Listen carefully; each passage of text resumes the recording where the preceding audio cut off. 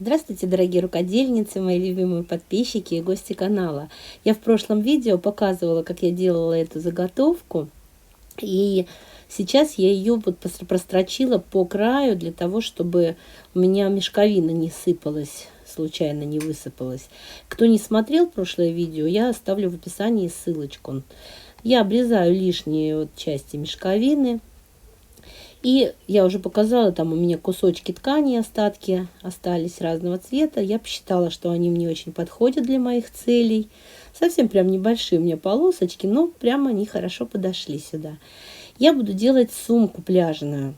Сразу скажу для тех, кто обижается, что не сразу показываем результат. Но, девочки, я шью постепенно, сама еще не знаю даже иногда, что у меня получится. Делаю в процессе. Вот, поэтому вот как я делаю, так я и снимаю. И также точно и показываю. Пришила полосочки. Они немножечко разного оттенка. Потемнее сверху, посветлее снизу. Теперь вот к темной я пристраиваю. Нет, наверное, не светлую я возьму, а я возьму вот голубой цвет, такой бирюзовый. Так как там ткань совсем тоненькая, то я ее укреплю флизелином. Вот у меня совершенно такие обрезки, я их для этого использую. Обрезаю по форме своей полоски лишние, после этого проглаживаю утюгом, и вот эта ткань прилепилась с нужной стороны. И пристраиваю теперь дальше к моей будущей сумке. Я не показываю, как я на машинке строчу. Естественно, перед тем, как сшивать, надо сколоть булавочками, чтобы все аккуратненько получилось. Вот в результате у меня вот такая вот уже получается, наращивается потихоньку заготовка. Я когда глажу и попадаю на мешковину, вот это с отпариванием, получается такой запах настоящего прожаренного на солнышке сена. Дальше вот эту вот полосочку, которую я изначально хотела, я ее пристраиваю голубой. Тоже так же скалываю булавками и пришиваю. После пришивания точно так же отглаживаю все швы. Девочки, я решила использовать еще кружева для украшения. Мне кажется, они сюда прям к месту будут. Шить буду вот по вот этой линии, которая у меня вот такая непрерывная идет, по ней очень хорошо строчка ложится. Перехожу к низу моей сумки. Вот более такую темную ткань я решила внизу использовать. Ее я буду тоже укреплять. Но укреплять я ее буду уже не флизелином, а я уже как-то показывала в своих видео. Я купила в строительном магазине такая штука, называется серпянка. Это вот для того, чтобы шпаклевать стены. Но я ее очень хорошо использую в шитье. Это пластиковая сетка, одна сторона у нее липкая. Вот я ее прилепляю к своей заготовочке, к своей полоске. Лишнее срезаю, складываю лицом к лицу к своей заготовке. Это будет нижняя сторона у меня. Точно так же, как и все остальное, скалываю булавками и иду на машинку шить. Шьется она совершенно без всяких затруднений. Единственное, она вот эта сторона, которая не липкая, она все равно чуть-чуть липкая. И ее немножечко надо вот подвигать, потому что она труднее идет, транспортер ее труднее двигает по вот этой пластине игольной, потому что она прям вот очень гладкая и немножечко к этой игольной пластине прилипает. Здесь я тоже кружева пришиваю. И вот в результате вот получилась у меня такая вот заготовка лицевая.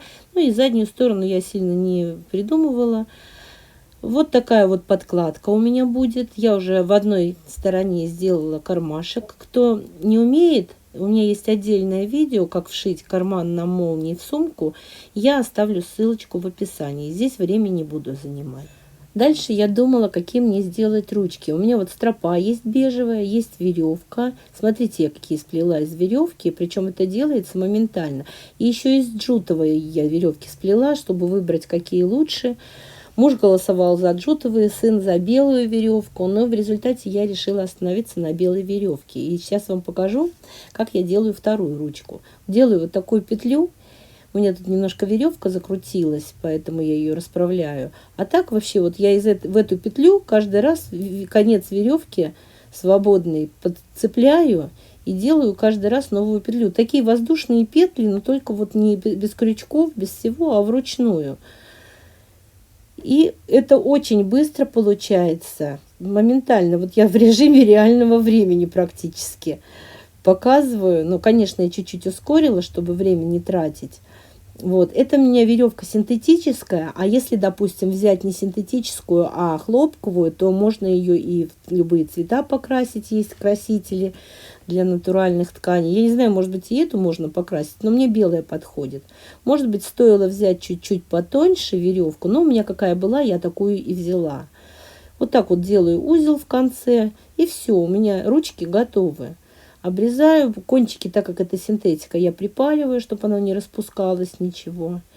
И все, у меня ручки готовы. По длине они у меня получаются где-то 70 сантиметров.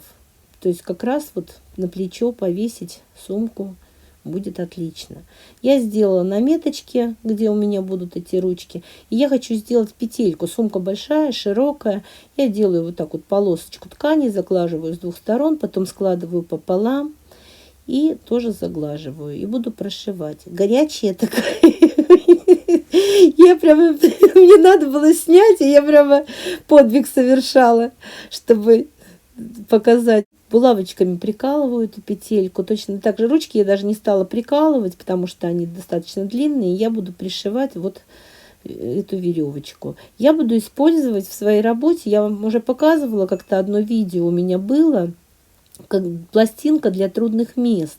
С ней и джинсы удобно прошивать. Когда доходишь до утолщения, подкладываешь под лапку эту пластинку, и все хорошо. У меня есть видео, я сделаю ссылочку в описании на это видео, кому интересно про эту пластинку.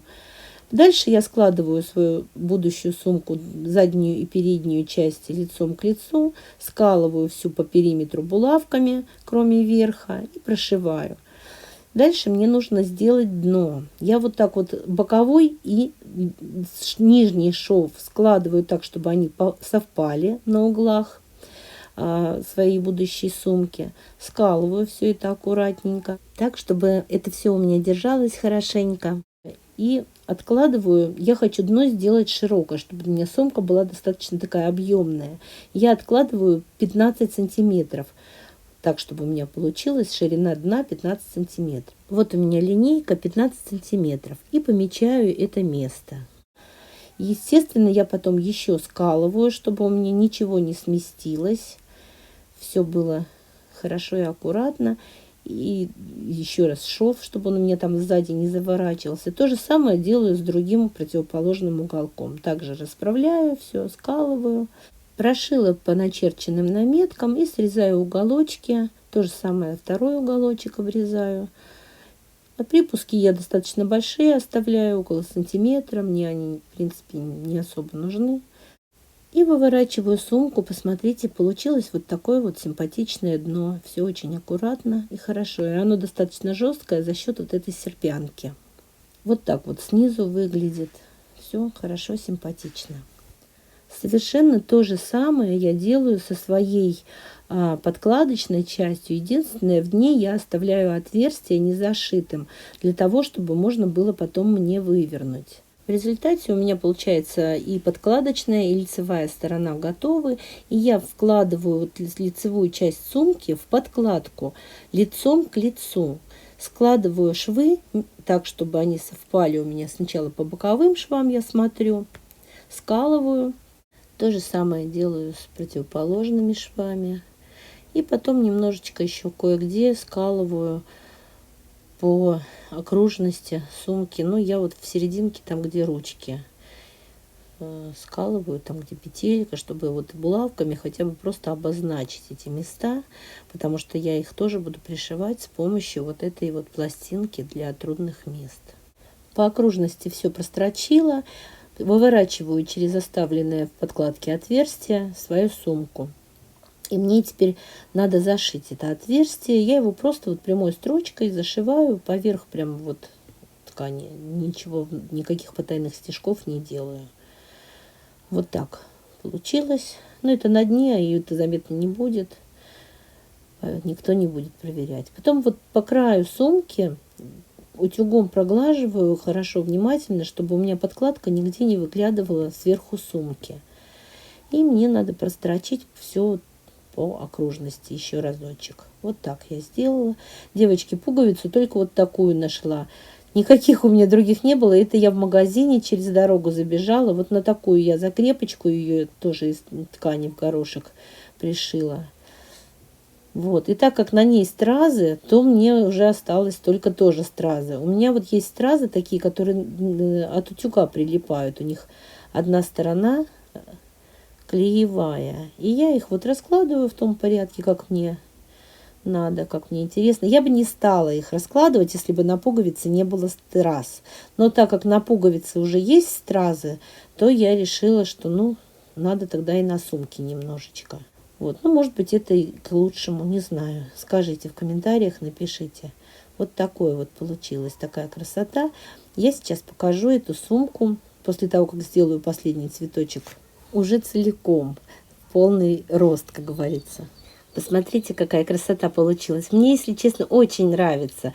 Вот стразы там не очень заметны, но они иногда так все-таки поблескивают. При электрическом освещении их, мне кажется, сильнее видно. Вот и на пуговице, и по мешковине.